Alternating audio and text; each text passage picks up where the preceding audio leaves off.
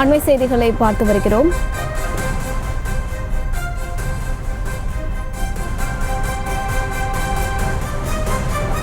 வெள்ள நிவாரணம் வழங்க உத்தரவிடக் கோரிய மனு ஆனது அவசர வழக்காக விசாரிக்க முறையீடு செய்யப்பட்டிருக்கிறது.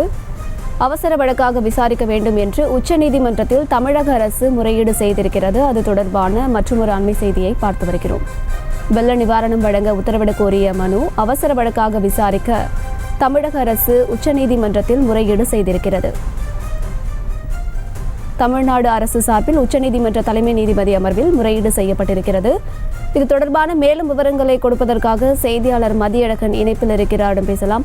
மதியழகன், இந்த வழக்கு தொடர்பான முழு விவரங்கள்.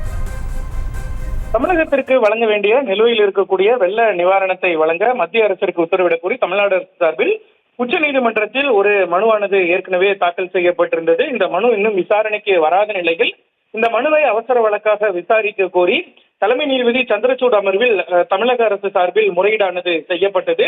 இந்த முறையீட்டை கேட்டுக்கொண்ட தலைமை நீதிபதி அமர்வு வழக்கின் விவரங்களை மின்னஞ்சல் செய்யுமாறும் வழக்கை பட்டியலிடுவது குறித்து அதன் பின்னர் பரிசீலிப்பதாகவும் தலைமை நீதிபதி அமர்வு தெரிவித்திருக்கிறது. உச்சநீதிமன்றத்திற்கு ஜூன் மாதம் முதல் கோடை விடுமுறை இருக்கிறது. எனவே அதற்கு முன்பாக விசாரிக்க வேண்டும் என்று தமிழக அரசு சார்பில் ஒரு முறையீடானது வைக்கப்பட்டு இருக்கிறது. இதனை கேட்டுக்கொண்ட உச்சநீதிமன்றம் அவசர வழக்காக விசாரிப்பது குறித்து முடிவு செய்யப்படும் எனவும் வழக்கினுடைய விவரங்களை மின்னஞ்சல் மூலம் அனுப்புமாறும் உச்சநீதிமன்றம் தெரிவித்திருக்கிறது. இந்த விவரங்களை அனுப்பிய பின்னர் இந்த வழக்கை எப்போது பட்டியலிடுவது என்பது குறித்து உச்சநீதிமன்றம் அறிவிக்கும்.